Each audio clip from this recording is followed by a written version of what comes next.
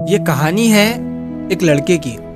एक लड़का था, उस लड़के की माँ उसे हर छोटी बात पर टोका करती थी, ताने दिया करती थी, जिससे वो लड़का बहुत ज़्यादा फ्रस्ट्रेट रहता था। जैसे कि अगर वो लड़का कमरे से बाहर निकल रहा है और कमरे का फैन शुरू है, तो उसकी माँ उसे कहती थी कि जब तुम कमरे से बाहर निकलो तो फैन को ऑफ करना चाहिए। वो लड़का रात में टीवी देखते देखते ही सो जाया करता था बिना टीवी को ऑफ किए। तो उसकी माँ उसे फिर से कहती थी, तुम्हें जब नींद आए तो टीवी को बंद कर दिया करा करो। जब वो अपने दांत ब्रश करता तो उसे बार बार कहती कि पानी जो है कम वेस्ट करो।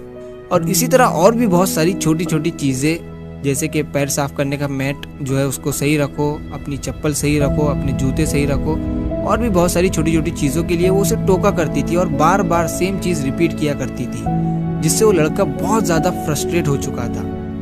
वो लड़का तभी ये डिसाइड कर लेता है कि जब मैं थोड़ा बड़ा हो जाऊंगा तो एक अच्छी सी कंपनी में जॉब लेने के बाद बाहर ही सेट हो जाऊंगा, अपनी माँ की इन तानों से दूर, और अपनी शांति भरी जिंदगी जीऊंगा, सब कुछ अपने हिसाब से करूंगा। अब टाइम गुजरता है और उस लड़के की जिंदगी में एक बहुत बड़ी अपॉर्चुनिटी आती है। एक बहुत बड़ी कंपनी से उसे इंटरव्यू के लिए कॉल आता है। अगर इस कंपनी में उसे जॉब मिल गई तो उसे आउट ऑफ कंट्री जॉब करने का मौका मिलेगा, और यही तो उस लड़के को चाहिए था।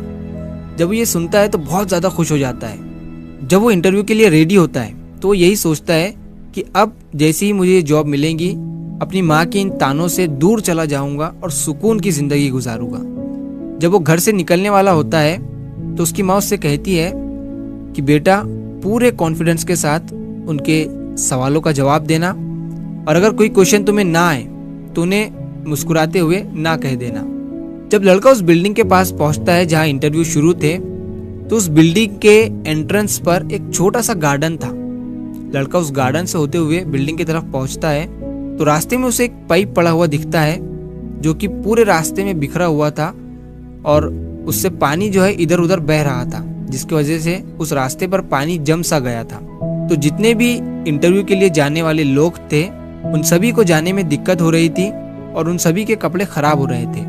तो लड़का अपने आसपास देखता है, उसे वहां पर कोई नौकर, कोई माली नजर नहीं आता है।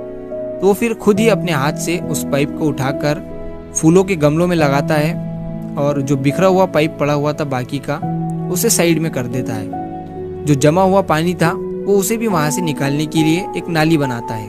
अब ये सब करने के बाद उसके 15-20 मिनट वेस्ट हो जाते हैं और कपड़े भी थोड़े उसके खराब हो जाते हैं। तो जब वो बिल्डिंग में सीढ़ियों से ऊपर जाता है तो उसे एक लाइट दिखता है जो कि ऑन था, और उसके बगल में ही एक विंडो लगी हुई थी जहां से सनलाइट आ रही थी।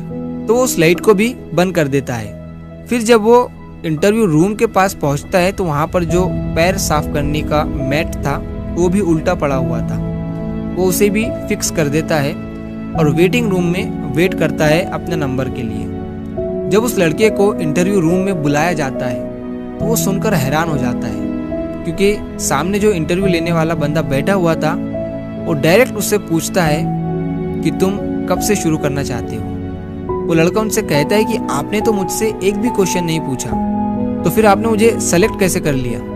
तो वो इंटरव्यूअर उससे कहता है कि तुम जब से यहाँ पर आए हो मैं सीसीटीवी में तुम्हें ही देख रहा हूँ। यहाँ से बहुत सारे लोग इंटरव्यू देने के लिए आए और गए, लेकिन किसी ने भी उन चीज़ों को फिक्स नहीं किया। सभी लोग या तो ये सोचते हुए आगे बढ़ गए ये तो बहुत ही छोटी चीज़ें हैं, या फिर ये सोचते हुए आगे बढ़ गए कि ये मेरा काम नहीं है, मैं जिस काम के लिए आया हूँ वो काम करता हूँ। लेकिन तुमने सभी चीज़ों को फिक्स किया, और मुझे तुम्हारा वो बिहेवियर, वो एटीट्यूड, और खास करके वो डिसिप्लिन मैनर बहुत ज़्यादा पसंद आया। लड़का ये सुनकर बहुत ज़्यादा खुश हो गया और उसने तभी अपनी माँ को याद किया, क्योंकि जिन छोटे छोटे तानों से वो फ्रस्ट्रेट हुआ करता था, उन्हीं की वजह से आज उसे एक बहुत बड़ी कंपनी में जॉब मिल गई थी। इसलिए जो डिसिप्लिन आज हमें भारी लगता है वही कल हमारे फ्यूचर के दरवाजे खोलता है। दोस्तों, इस कहानी से हमें ये सीख मिलती है कि जिंदगी में सभी लोग सक्सेस चाहते हैं, लेकिन बहुत कम लोग डिसिप्लिन्ड होते हैं। लोग टैलेंट के भरोसे जीते हैं, लक के भरोसे सपने देखते हैं, पर असल में दुनिया उन्हीं लोगों के सामने झुक जाती है जो डिसिप्लिन को अपनी आदत बना लेते हैं। डिसिप्लिन का मतलब सिर्फ टाइम पे उठना या काम करना नहीं होता है। डिसिप्लिन एक सोच है, एक जीने का तरीका है। ये सिखाता है कि छोटी छोटी बातें भी बड़ी बन जाती है जब उन्हें रोज ईमानदारी से किया जाता है। अक्सर लोग कहते हैं, अरे ये तो बहुत ही छोटी बात है, इसमें क्या रखा है। लेकिन समझदार लोग जानते हैं, जो अपनी जिंदगी में छोटी बातों का ख्याल रखते हैं वो बड़े मौकों के लिए कभी फेल नहीं होते।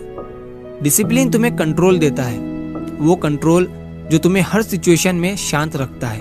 वो तुम्हें कंसिस्टेंसी देता है, जो हर दिन तुम्हें अपने गोल्स के एक कदम और करीब ले जाता है। देखो, टैलेंट तुम्हें शुरू करने का चांस देता है, लेकिन डिसिप्लिन ही तुम्हें अंत तक पहुंचाता है, क्योंकि बिना डिसिप्लिन के कोई सपना पूरा नहीं होता और बिना सेल्फ कंट्रोल के कोई सक्सेस टिकती नहीं। याद रखो, डिसिप्लिन वो ब्रिज है जो सपनों को हकीकत से जोड़ता है।